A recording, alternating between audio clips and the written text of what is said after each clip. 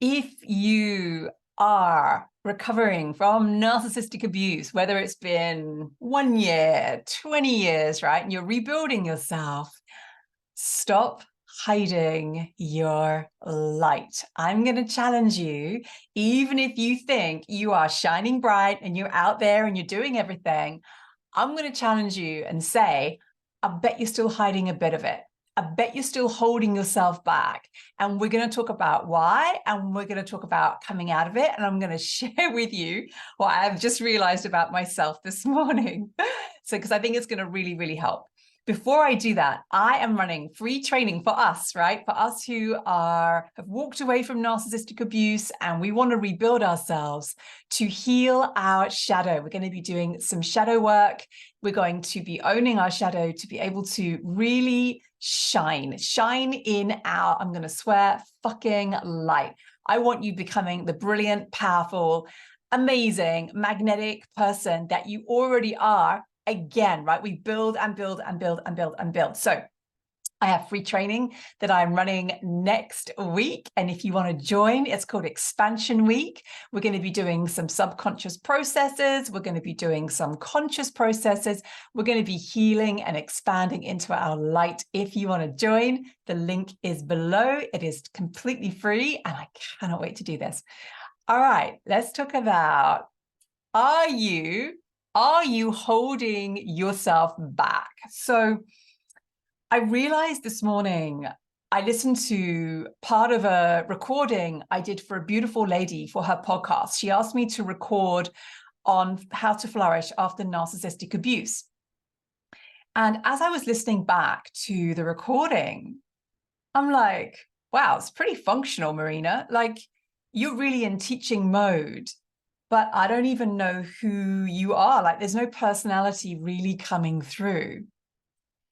And I was quite shocked. And when I recorded it, I remember thinking, excellent, that's going to really help her listeners.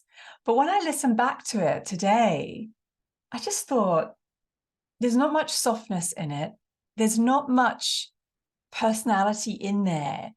You can't really hear the love that I have. And I hope it's useful. I think it will be. And that might just be me being overly critical, which I don't mind too much if I am. But it was interesting to me. I thought, I don't know who I am when I'm listening back to that. And so who I thought I was inside when I was recording that podcast was like, yes, this is great, is actually not what I heard when I listened back to it, right? You know, a few days later.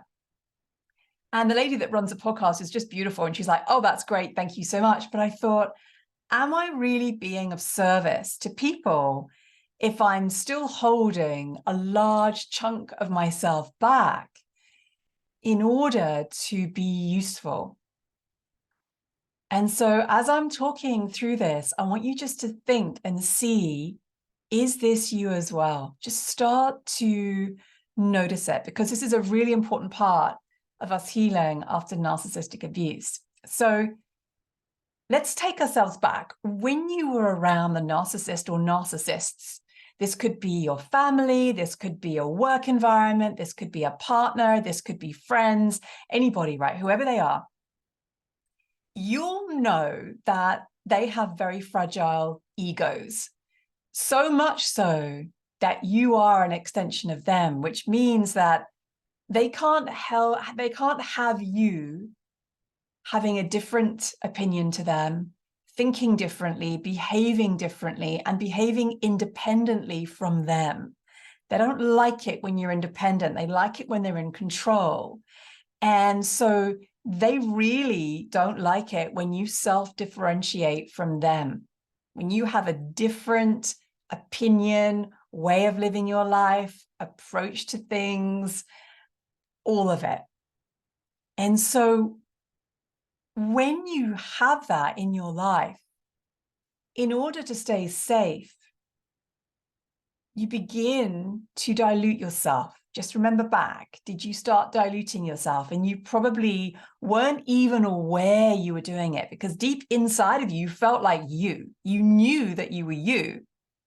but how you expressed yourself began to be more people-pleasery, began to be helpful, nicer, more in agreement, more understanding, more empathy, more compassionate. And as we do that, we start to dilute our specific, authentic essence. And you know, I hate the word authentic because I always think if you're talking about it, you're probably not, but it's actually a really good word to use in this instance. So if we've had years and years and years of triggering these toxic people in our lives, these narcissists, just by being us, and we've kind of held ourselves back even more because we're like, well, you know what? I don't want to trigger you because it's dangerous. I need to stay safe. So I'm going to just become even more homogenous. I'm going to become even more like you. I'm going to merge with you and become more like you. And I'm not saying more like you become a narcissist, but you're going to have the same likes as they're going to have. You're going to get into agreement with how they live their life, what they do, how they do it. So you don't trigger them. A lot of your energy will have been spent on not bringing them to anger, not upsetting them, not hurting them, not, all the nots, not. And then what happens? You start to lose who you are. When you sort of walk on eggshells around them, you become smaller, less of who you are, and you actually lose who you are in order to gain and maintain the relationship. Because to be you is what? Well, I mean, their egos are so fragile anyway, so you could be a tiny bit you, and it's going to trigger them. And they're going to reject you or hurt you or attack you or abandon you or not like you anymore or cause you pain with the actions that they take, because how dare you do something that displeases me? And when you are around somebody or people like that enough, and some of these are organizations, some of these are companies that you've worked for, when you walk around and you don't want to displease them anymore, you start to become that people pleaser, right? And again, never beat yourself up for who you've had to be in order to survive, but you stop being forthright, you stop being you, you stop just being able to say immediately what you think, and you have to put it through that narcissistic filter of, how's it going to land for them? Is it going to upset them? What will they do when I say X? What will they say when I do Y? All of that. And without even realizing it, you start to train yourself to be the same. You train yourself not to be so different in life, to sort of get along, to go along, to get along, to stay safe. And as you progress in your life, you end up thinking that you are who you are in the outside world, and you don't realize, like me, I'm actually a really opinionated person. I'm actually judgmental and I think, for me, I don't think judgment is a bad thing. I do a lot of shadow work. To me, it's important to have judgment in your life so you know what is right for you and you know what is wrong for you. I'm actually a really strong character, and I'm very honest with the people I love, that I feel safe with, that I feel emotionally safe with. But when I listened to myself on that podcast, I wasn't any of those things. I wasn't vulnerable. I wasn't opinionated. I wasn't open. I kind of was like a version of me that was helpful. Because for me, when I used to be around these narcissists, and remember for you as well, I ended up going, I'm going to become useful. I'm going to become the good girl, the good person, right? The good woman. I'm going to become good and useful so that I can maintain a semblance of relationship with you without triggering you. If I can make myself useful, then you will like me. If I can make myself helpful, then hopefully you will keep me in your life. And so that becomes the trade. But in doing so, you miss out, because you miss out on seeing who I really am. You miss out on a real relationship with me. You miss out learning from my heart, my energy, my opinions, my ideas. You actually miss out on a huge part of me that I have rejected in order to stay safe in these narcissistic relationships. But I'm not in those narcissistic relationships anymore. So it's important for me to actually reclaim this part of me. And you know what's nuts? This is what I do with my clients. This is what I do with my clients in my membership. And I'm realizing there's actually a really big chunk of me I actually need to reclaim. And I didn't really know it until I heard myself on that playback. So, and that's the podcast that's come out today. It's come out today. So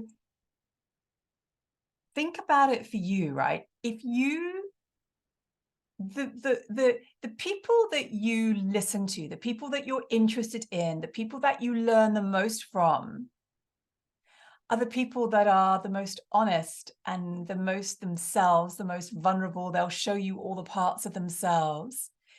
Think about the people that you like to buy from, or the products that you like to buy from. They're the ones that have personality, probably, right? They're not the homogenous ones. They're the ones that have an energy around them or a color around them that makes you feel good.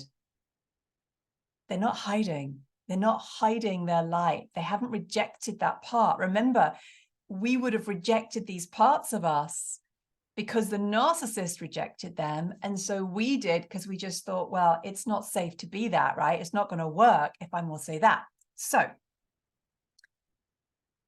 the businesses and the people that stand out the most are the most authentic. And they are the most authentic because they're not doing it like anybody else.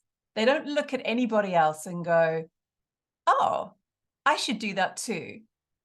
Oh, I'm going to do it like this. They just feel what feels right and they go do it. They go create it, or they go say it, or they just become it.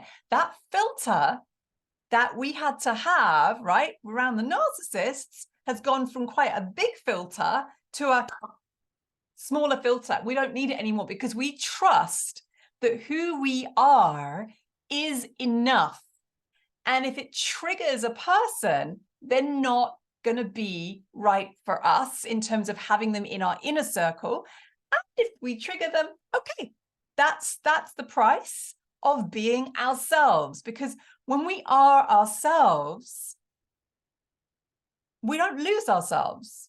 We might lose other people, but we're not going to lose ourselves. When we try and keep people and try and keep the wrong people who are triggered by us all the time, right? Then we're going to lose ourselves in the process. So it's like, what do you want to do? And there's a beautiful man called Gabor Mate. Sorry if I pronounced his name wrong. And I don't know him massively well, but he talked about that. And he basically said, you know, you can lose yourself to keep somebody, or you can become yourself and risk losing people. What are you going to do? And so I definitely have diluted my voice, diluted me. And, you know, I've restarted this YouTube channel a month ago, and I decided to take the muzzle off and to just speak about narcissistic abuse. And in 1 month, I've gone from 80 subscribers, 80 of beautiful you, to 1,000 in 4 weeks, because I took my muzzle off.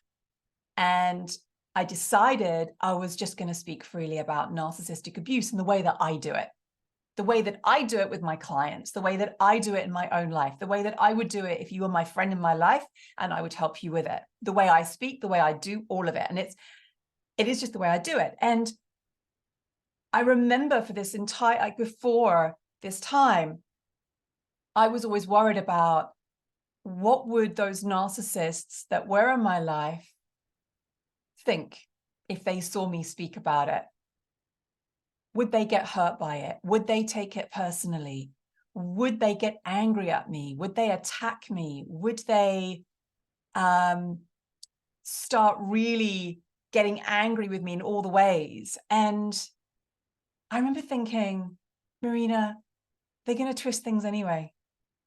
they twist everything anyway, right? Whenever you speak to a narcissist, you could say to them, I love drinking water so much. It's my favorite thing. And they'd get affronted, feeling rejected by you suddenly because you're giving attention to the water. It doesn't actually matter how reasonable you are to a narcissist, how much empathy you have for them, how much care you have for them, and the actions that you've taken that were genuine actions that came from love. It doesn't matter how honest and true they are. They're always going to twist it, because in their minds, they're always going to twist what you do and what you say to suit their agenda. And I kind of thought, Marina, they're going to twist it anyway. It wouldn't matter what your YouTube channel was about. It wouldn't matter what anything was about.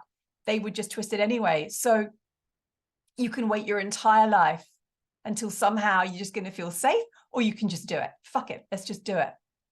And so I'm becoming, I feel a bit like a wanker saying it, actually, but I'm becoming more and more me. And it feels like doing this YouTube channel is making it safer and safer for me to just be me, unfiltered, without the fear that someone's going to take it the wrong way, without the fear of retribution, retaliation, any of it. Because really, what am I talking about? I'm talking about narcissistic abuse that I see everywhere. I see with my clients. I see it with me in terms of my experiences. I see it with people I love and their experiences. I'm not talking about any specific person. How could I possibly create a whole YouTube channel around that? Completely impossible. And yet I don't even need to defend myself. Do you see? I already started doing it almost to defend myself. So it's about, can we stop hiding ourselves? Stop hiding your light. If you've been doing that, part of that is to understand that you're not with the narcissist anymore. When you're with the narcs, absolutely, right? That whole gray rock where you do subdue your personality and become very neutral so that you don't trigger the narcissist, so they don't know anything about your life, and you keep it as vanilla as you possibly can in order to protect yourself and in order to maintain some semblance of a relationship. Great. But we don't need to gray rocket with the entire planet. We don't need to gray rocket with everybody else. We actually don't. And part of that is shining a light on it, which I hope this video has done for you, to go, you know what? What if I relax my belly?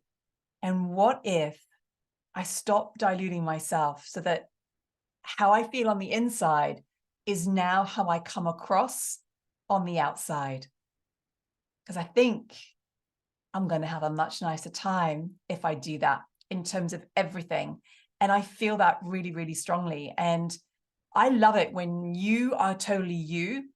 I love it. And so it's time for me to let myself do the same thing. So I'd love to hear from you below. Do you relate to this? And if you are relating to it, where does it show up the most for you?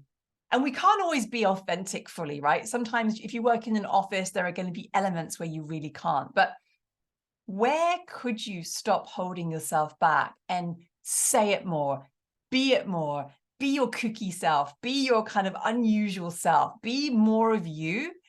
Because I have to say, the only way that we're going to know it's genuinely safe to do it is by doing it. Otherwise, you live your whole life inside of you and never really out there in the world. And you would be amazed if you see so many people out there that are already doing it. There's room for you too. All right, I hope this has really supported you. If you want to join in on my free training where we're going to heal and expand into our light using shadow work and alchemy, I have free training. We start in a few days' time. Link is below. Come join, and yeah, let's expand together. So much love for you. Bye.